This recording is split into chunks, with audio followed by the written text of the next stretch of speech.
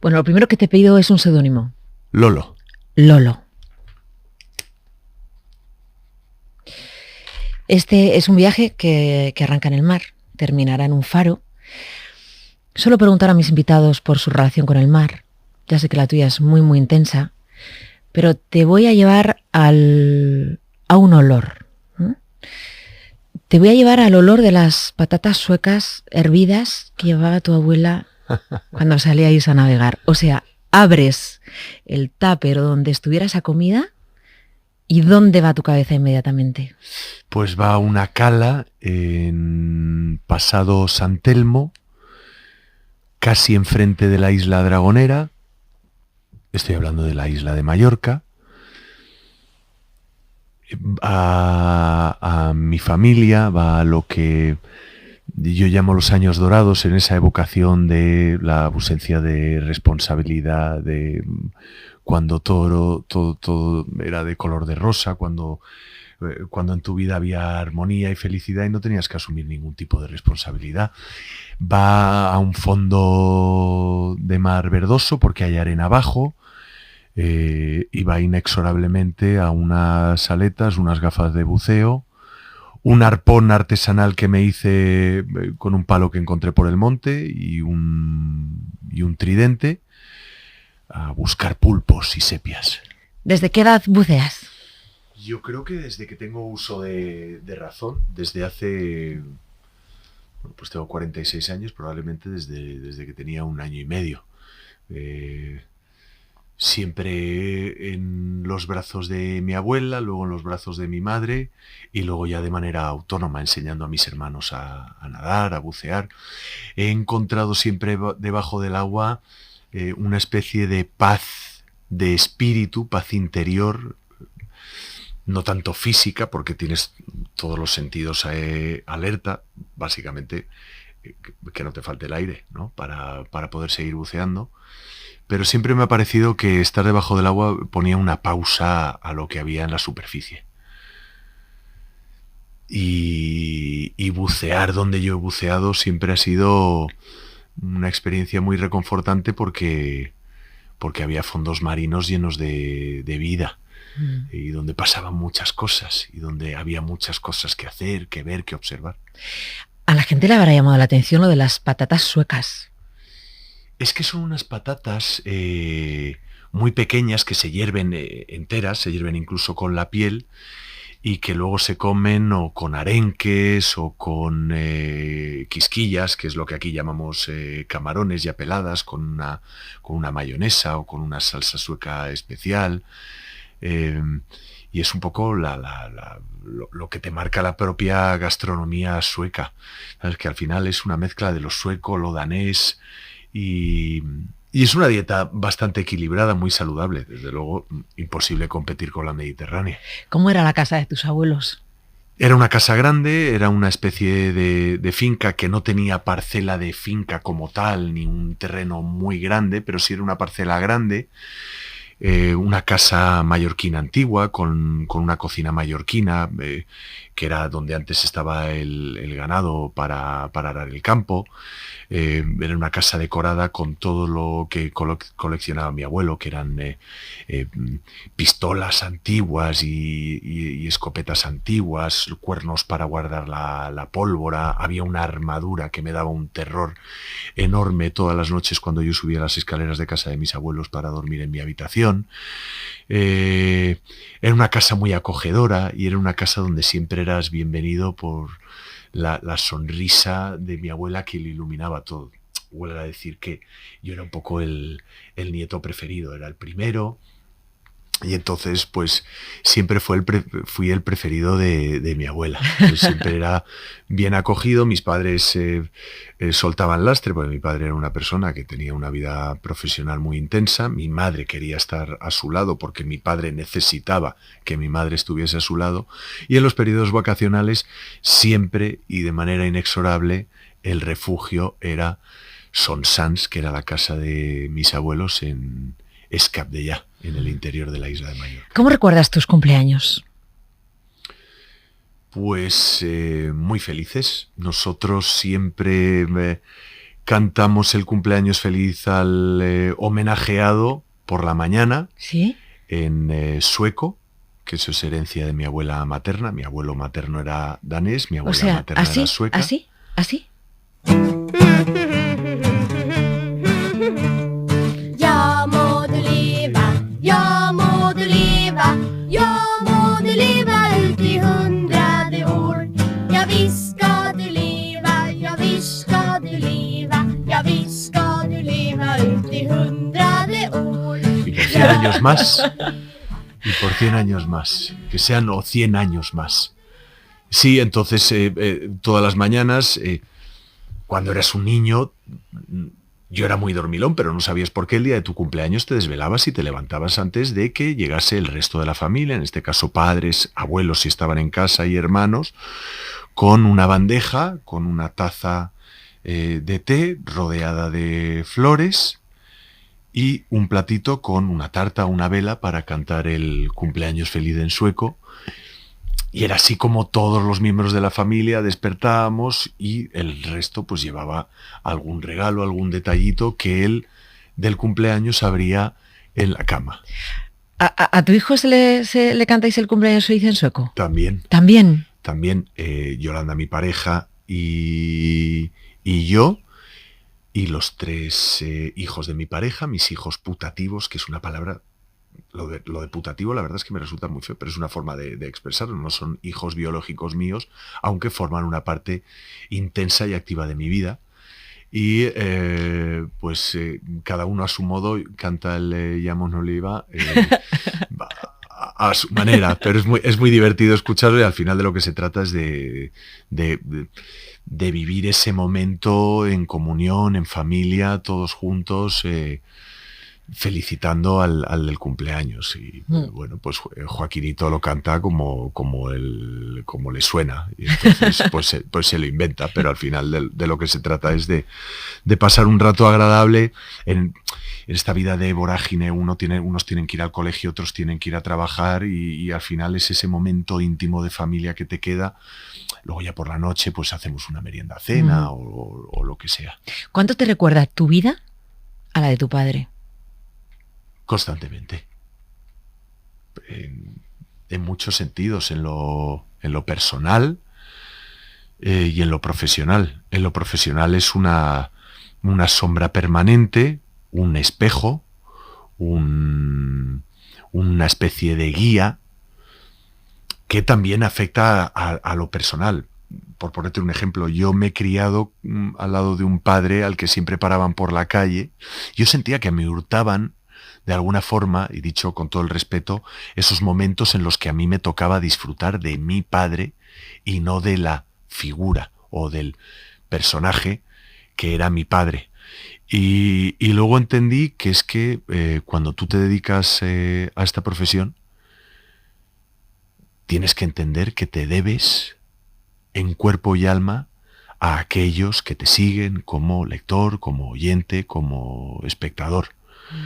Y a mí me dio lecciones constantemente de cómo había que aproximarse a la gente que se acercaba a ti a saludarte, y a los que les tienes que dedicar sí o sí, porque va en el sueldo y va en la responsabilidad de tu profesión, una parcela de tu tiempo.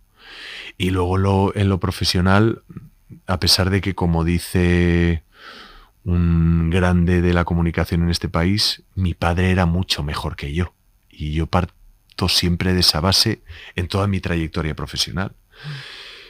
Espera, antes de seguir hablando de tu padre, ¿tú podrías recordar qué estabas haciendo cuando en la tele pasó esto?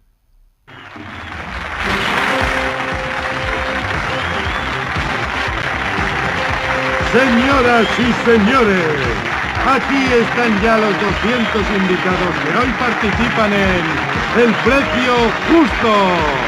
Nuestro presentador, Joaquín Prat.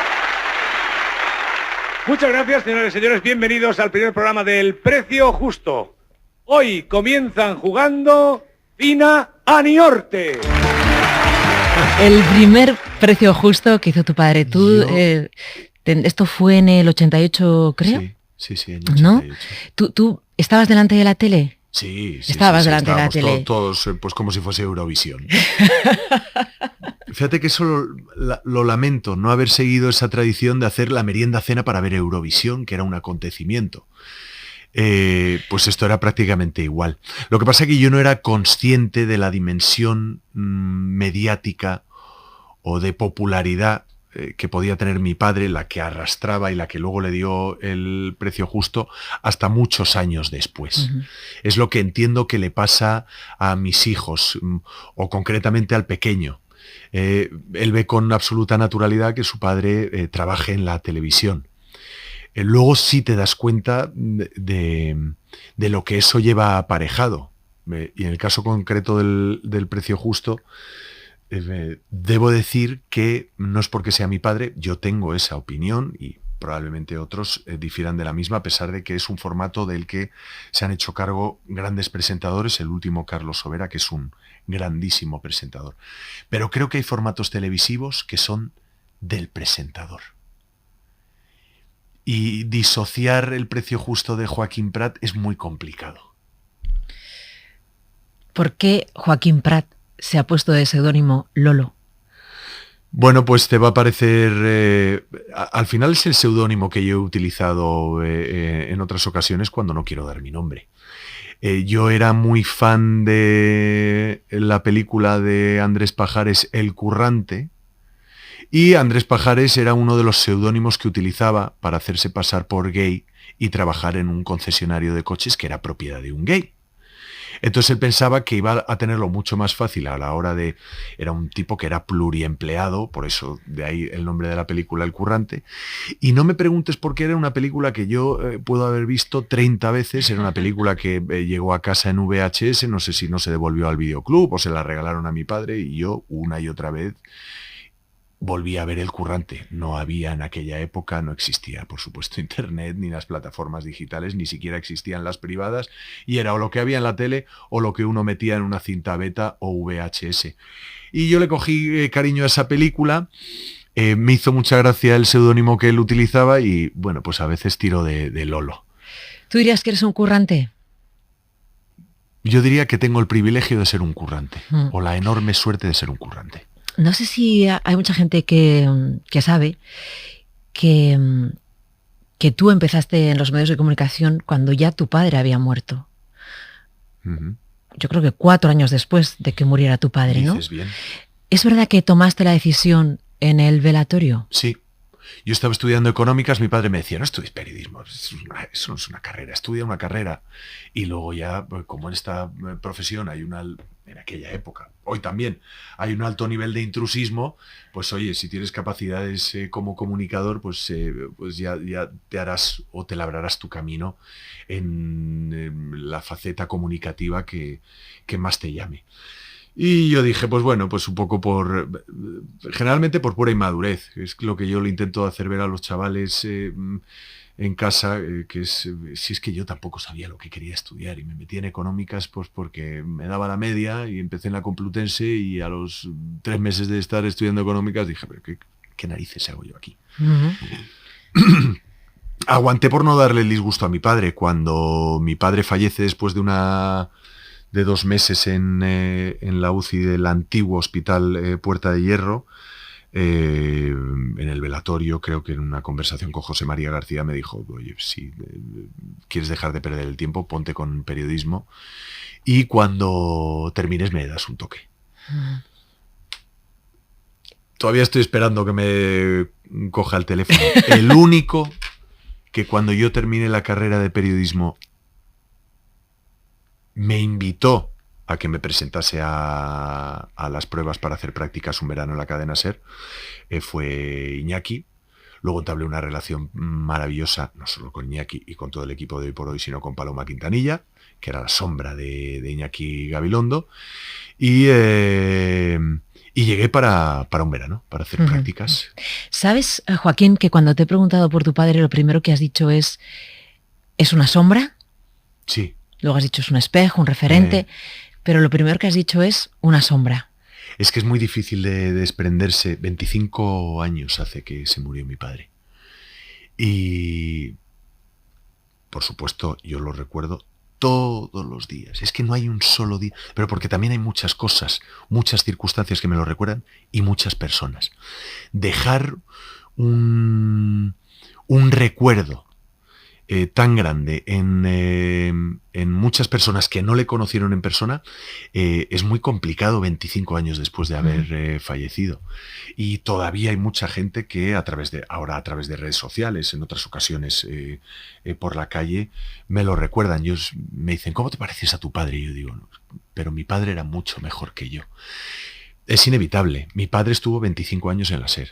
Yo estuve 10. Luego viví la aventura de Carrusel Deportivo, que fue enormemente gratificante, pero me privó de una vida privada a la que yo no quería renunciar, y más con un niño tan pequeño como tenía. Mi padre hizo tele, yo ahora hago tele. Claro, pero nunca te vio. No, jamás. Yo creo que ni siquiera lo pensaba. No lo sé, me encantaría preguntárselo. Yo creo que ni siquiera lo pensaba.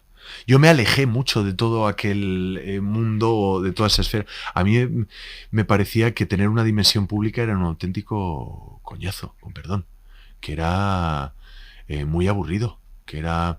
es que en el colegio me zurré muchas veces porque era el blanco fácil. ¡A jugar! Sí. No, el a jugar era algo que era recurrente, pero pues yo qué sé, los niños son muy cabroncetes a veces y te decían, lo fácil era recurrir a, bueno, tu padre, el payaso que sale en la tele, me llegaban a decir, y yo que tenía muy mala leche y yo soy de mecha corta, pues me zurraban el cole, o me zurraban, una vez zurraba yo, otra vez me zurraban ellos. Y a mí me parecía que todo eso era un hándicap que yo no tenía por qué asumir, porque yo no era el que trabajaba ni en la tele ni en la radio, ni el que era popular. Pues entonces me intenté alejar de eso. La madurez luego te hace entender el porqué de muchas cosas. ¿Tú crees que lo llevas en los genes? La capacidad de comunicación, entiendo cercanía, que sí, ¿no?, que tienes con la gente, la proximidad, que seas tan querido en realidad. Es que la proximidad es algo que tú le debes a la gente. Uh-huh. Por eso me gusta tanto la radio de madrugada. ¿Sabes que creo tengo... que genera un halo especial y una conexión muy especial con el oyente. Tengo una cosa que te va a gustar y que une tres mundos. Los tres los has citado aquí: la radio, el agua y el hoy por hoy. 11:47 minutos de la mañana, se está acercando el momento de la verdad. Yo creo que Joaquín está esperando a que le saludemos. Está a 8 metros de profundidad. ¡Joaquín!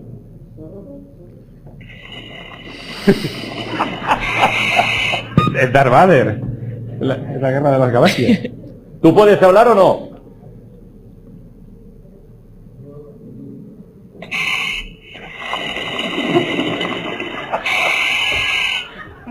Respira. Bueno, respira. ¿Ha dicho algo? Estoy en el Gran Azul, a 8 metros y medio de profundidad. ¿Me escucháis? Sí, te escuchamos. Insisto, estoy en el Gran Azul, 8 metros y medio de profundidad. Me siento un poco como el protagonista. Si hago pausas es porque tengo que respirar, pero sí. Sería interesante. Es porque tengo que respirar, Francino, sí. ¿Cómo he disfrutado haciendo radio con Carlas? ¿Cómo he disfrutado? Yo siempre digo que he aprendido, no a hacer radio yo, pero a ver cómo se hace radio. Con Gabilondo, con Iñaki, que era un espectáculo absoluto, ver cómo ese hombre hacía radio, con los elementos que tenía a su alcance. Pero he disfrutado de la radio con Carlas Francino. ¿Y la tele? ¿Crees que tiene fecha de caducidad, Joaquín? ¿Cuántas veces han matado a la radio? Y está más viva que nunca. Bueno, muchas veces me lo planteo, ahora que he descubierto el mundo de los youtubers a raíz del asunto este de Andorra, me he dado cuenta de la verdadera dimensión que tienen estas personas, estos comunicadores, y de la cuota que nos están robando, entre comillas, de los más jóvenes a los medios de comunicación tradicionales, o los más media, en este caso la televisión. Pero no creo que tenga ni mucho menos fecha de caducidad, siempre y cuando se adapte a la nueva realidad de la comunicación o del mass media o de cómo tiene que ser la tele de hoy. Y para uno, porque tú has dicho muchas veces que tú has dicho muy pocas veces no a un trabajo. Yo creo que nunca. Nunca. Dije una vez que no a una campaña. Bueno, he dicho 2 veces que no y generalmente tenían que ver con temas publicitarios. Pero era por una cuestión ética. Me ofrecieron una publicidad de una entidad bancaria y dije que no, porque con qué cara le estoy dando yo o zurrándole yo a esa entidad bancaria, porque lo que yo consideraba, y también lo han considerado los tribunales, una estafa. No podía yo prestar mi imagen a dicha entidad bancaria, aunque eso había sucedido en una etapa anterior. Bueno, pero en general siempre has dicho que sí a los trabajos, laborales, ¿no? yo sí. Vale, Siempre. pero fíjate que todo el tiempo estás hablando... Cuenta conmigo. Estás hablando de la vida, de que tú no te planteabas, pues eso, en tu etapa anterior, lo de estar todo el rato en exposición, con la popularidad, trabajando todo el día. Sin embargo, estás repitiendo ese patrón, ¿no? Sí. De estar trabajando, eres un padre de fin de semana, entiendo, sí, con tu niño, ¿no? Porque trabajas mañana y hasta muy tarde, con 4 al día y con el programa Ana Rosa por las mañanas. Es que yo vuelvo a insistir, me considero un privilegiado porque nunca me ha faltado trabajo desde el año 99 en el que yo llegué aquí con unas prácticas de verano en el Hoy por Hoy. Y desde entonces no me ha faltado nunca. Yo creo que llevo ya cotizados no sé cuántos son, pues igual 17, 18 años. E insisto, me siento un privilegiado. Poder hacer lo que más me gusta para lo único que medio valgo, que es esto, y que me den la oportunidad de hacerlo, es que cómo no vas a seguir si disfruto. Es que de verdad que te digo, todas las mañanas cuando voy al trabajo voy dando gracias. ¿Disfrutáis con...? No, sufres con los datos, con el dato de cada día, esa, ¿no? Que eso no lo tiene la radio. Te da un... Te da como un pinchazo, no es en el corazón, es como en el estómago. Cuando los datos de audiencia son malos, te da como un pinchazo, pero lo destierro rápidamente. Sí. Pero cuando los datos son buenos, también lo destierro. Es verdad que cuando son buenos tardo un poquito más en desterrarlos. Me permito el lujo de disfrutarlos un poquito más. Pero no condicionan mi trabajo, yo reseteo. El programa de ayer fue el programa de ayer, vamos a ponernos en marcha con el programa de hoy y vamos a tope y vamos a... No me gusta la zona de confort. Me gusta darlo todo y exigirme al máximo. No me gusta verme porque me saco muchísimos fallos. ¿Así cuáles? Pues por ejemplo determinadas pausas, hay lenguaje no verbal que no me gusta, el hecho de... no mirar a la cámara directamente en ocasiones y perderme en lugares del plató donde no me tengo que perder, pero entiendo que eso igual es algo que tiene que ver con la deformación profesional que me ha dado la radio. Y que solo ves tú. Y luego no me gusta decir tacos, pero los tengo tan incorporados a mi lenguaje, eso también es herencia paterna. O sea, mi padre era un tío que decía muchas palabrotas. Y yo me corrijo cuando estoy en presencia de los chavales, pero soy mal hablado. Y no me gusta cuando... Si bien es cierto que tengo la sensación de que los tacos se pueden o las palabrotas se pueden utilizar en momentos determinados para enfatizar un mensaje. Pero vamos. Pero sí, me saco fallos, aunque me gusta lo que hago y me gusta mucho y disfruto mucho. Joaquín, he leído que has dicho que desde que nació tu hijo, ¿no? Tienes los 3 de Yolanda, me he sentido, tienes 4, pero desde que nació Joaquín has perdido el miedo.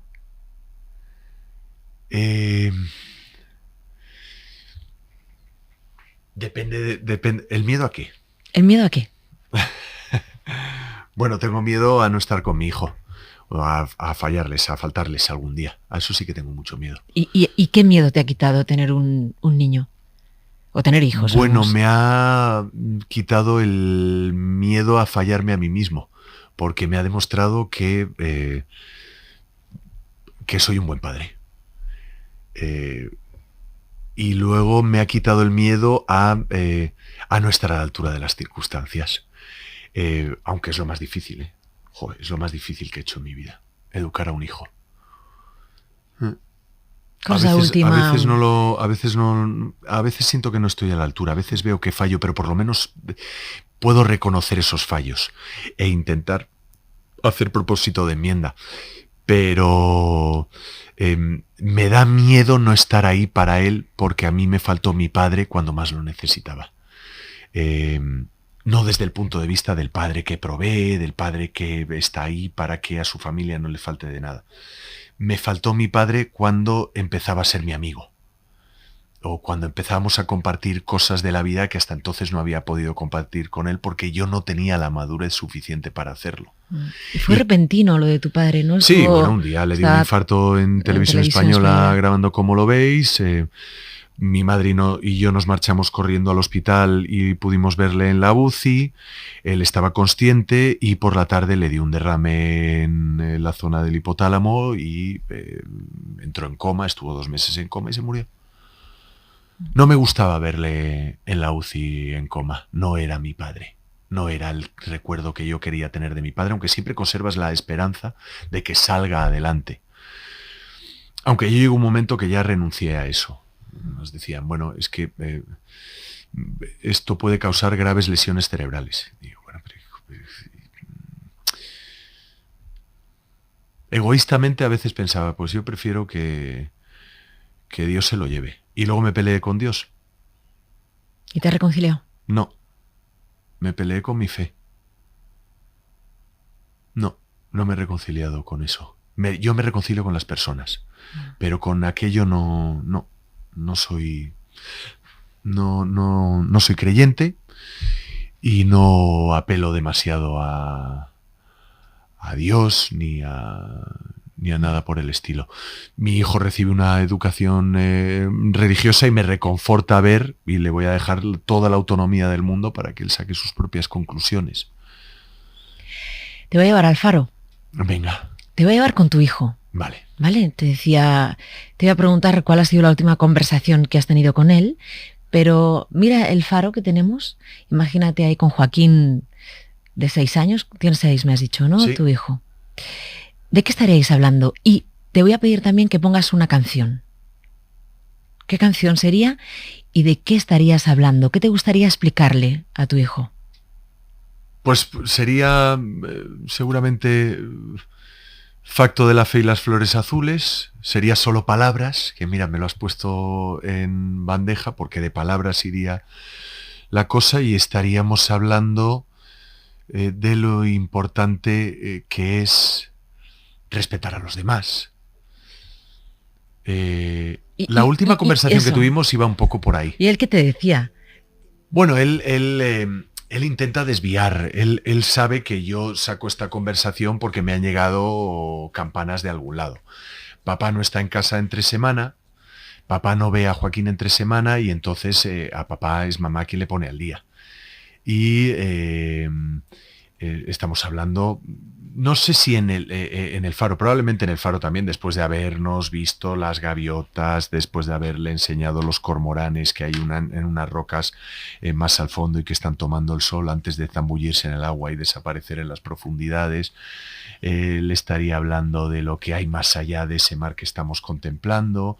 Le habría contado lo que es un faro y la importancia de los faros para los navegantes cuando no existía el GPS, pero probablemente él me diría, oye, no, es que papá, ahora ya con el GPS ya sabemos dónde están las zonas donde hay poco calado y donde no nos podemos acercar, o los bajos con los que hay que tener cuidado. Pero estaríamos hablando de el respeto a los mayores, de controlar la impulsividad, de hablar cuando a uno le toca y no interrumpir las conversaciones, y de que hay que respetar la libertad del otro y que la libertad del otro empieza donde acaba la tuya. Y no él pillaría, ¿no?, la indirecta. Sí, él sabría exactamente por qué se lo estás diciendo. Él pilla la indirecta rápidamente. Y luego estaríamos hablando pues de lo que nos gusta a los dos, que afortunadamente sí le he dejado mucha autonomía para que él decida qué es lo que le gusta y qué es lo que no, e intentar adaptarme yo a sus gustos y que no sea al revés. Pero, ¿quieres que te diga? Es que nos gustan las mismas cosas, o a él le gusta lo mismo que a mí. Ahora que estamos con lo de los motores eléctricos, el olor a aceite quemado, a gasolina, eso nos encanta a los dos. Joaquín Prat, muchas gracias por haber estado aquí en El Faro con nosotros. Ha sido un placer, estaría aquí mucho tiempo más. Echo de menos la pausa y el sosiego de la radio. ¿Volverías? Claro que sí. Siempre. Viva la radio, decía mi padre, viva la radio siempre. Poseía poesía, caminaba, componía, comparaba, concentrada, si buscaba, encontraba, contaba y cantaba, cantando, hablando. De quien canta aquí, tú a ella o ella a ti. Es un simple gesto, quien lo siente, quien lo haría. Un terrible amo, un magnífico criado. ¿Sientes lo que expreso? Espero que sí. HJ calma, contemplata las flores, que las flores bailan. Contemplata las flores, que las flores bailan. Que las flores bailan.